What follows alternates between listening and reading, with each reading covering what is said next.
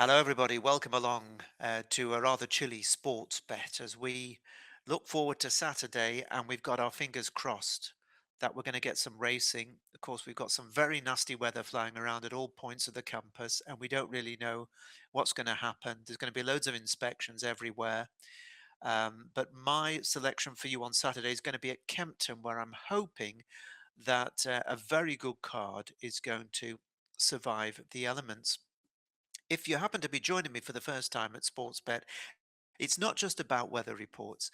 I'm looking, and I have been for over 5.5 years, and I've had quite a lot of success in finding horses at decent prices to give you a bit of a shout of taking on the bookies without having to risk too much of your hard earned cash.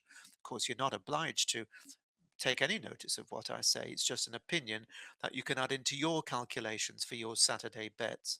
So if you want to get my free advice as somebody that's been in the game professionally over 40 years now, then press the subscribe button just below this screen. And if you're interested in more than one selection for this weekend, I've already posted for my subscription service Out in Front, which has had a terrific autumn and early winter with some very big profits.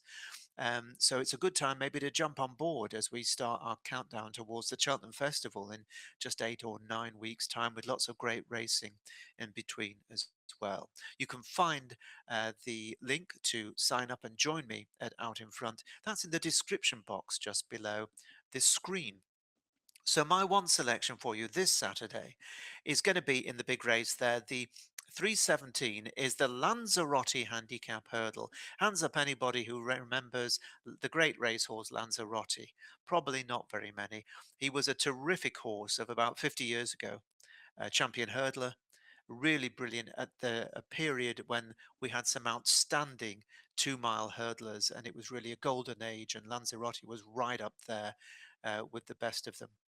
This race has been run for many a year to remember the great horse. It's over 2 miles, 5 furlongs. They're saying the going is going to be good, good to soft in places, but of course it depends if there's any snow on top of that or rain or anything. 17 runners. Now it does look a good renewal, and at the moment, at the time of this recording, at around 12 noon on Friday, there's very little to choose in the market between Dan Skelton's ex-French Apaille de Nom and the Ben Pauling train Lanesborough. They're at the top of the market at around 9 to 2 each of two. Apaille de Nom is 3 from 4 over Timber, including a handicap win over 2 miles 5 at Cheltenham in November, after which he landed a decent 2 mile novice event at Leicester under a penalty. He's still unexposed, and he could be very dangerous. While Lanesborough, who won over 2 miles 3 on soft ground at Warwick last February, then wasn't seen again until winning by a wide margin at Doncaster 4 weeks ago. And that was a performance that has seen him rise 14 pounds, a whole stone in the weights. That is a big, big hike in the weights. Life is going to be tougher for Lanesborough, no doubt about it, but this is potentially a decent horse. He could have more to offer, and rather like his current market rival, Apaille de Nom, I think he's going to be in the thick of the action. Now, another really likable and progressive handicap hurdler is Friendship for Philip Hobbs and Johnson White. He's had a good season already. He's looking for a hat-trick after wins at Cheltenham and Newbury. He's gone up £10, quite a lot, for his latest win at Newbury, so it might well be that this will be enough to foil his winning run. Now, the £5 claimer Olive Nichols seems to have found the key to the previously frustrating, talented but frustrating Faisal, trained by Olive's father Paul Nichols, and is another who's going to be looking for a third win on the bounce after scoring recently at both Wincanton and then on New Year's Day at Musselburgh. This is a tougher task for Faisal, but he is at the right end of the weight. It's a very low weight, so isn't at all lightly dismissed. And Paul Nichols also runs the class act of the race. That is Captain Teague, who some of you may recall winning the Grade 1 Challow hurdle at Newbury over this trip 2 years ago. But he's obviously had training difficulties since then. Only had 3 runs, and they included 2 runs over fences when last seen in the autumn of 2024. Clearly, he suffered a setback after that. Um, he's reverting back to hurdles here and making his handicap debut off 139. Now, that's no cakewalk, 139. We know Paul Nicholls can get any horse fit after a break. He's a wonderful trainer.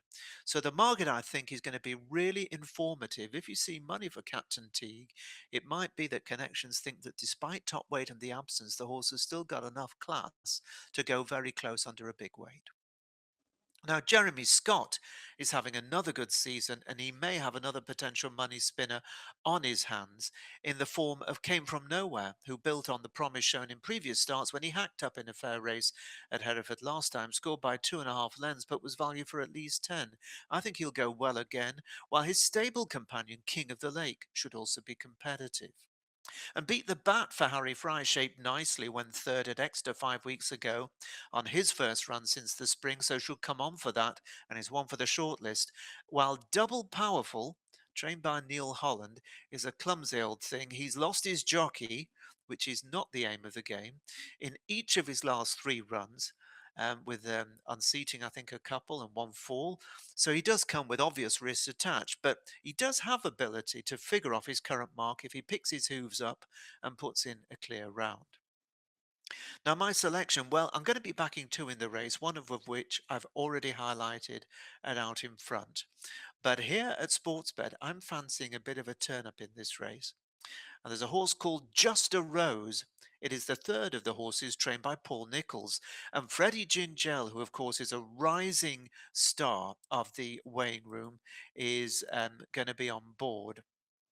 Now, this horse, I think, is somewhat under the radar because it's only had 3 runs under rules in its life. Very unusual for Paul Nicholls, a 14 times champion trainer, to throw one into a race as hot as this with so little experience. But this mare really did look a smart recruit when she absolutely murdered what turned out to be quite decent opposition in a Taunton maiden hurdle on her debut last season. She won by no less than 26 lengths, could have been more. And on the face of that, they decided to go straight to the Cheltenham Festival after just 1 run. And that was in the Grade 2 Mares Novice Hurdle. She was a bit overfaced after making an early mistake that day, never got into it, was always struggling. But after a long break after that Cheltenham run, she did shape, I thought, very nicely indeed after 9 months off back at Taunton last month and making a handicap debut here of 121, or running here in a handicap of 121. I think she's lurking on what is a dangerous mark.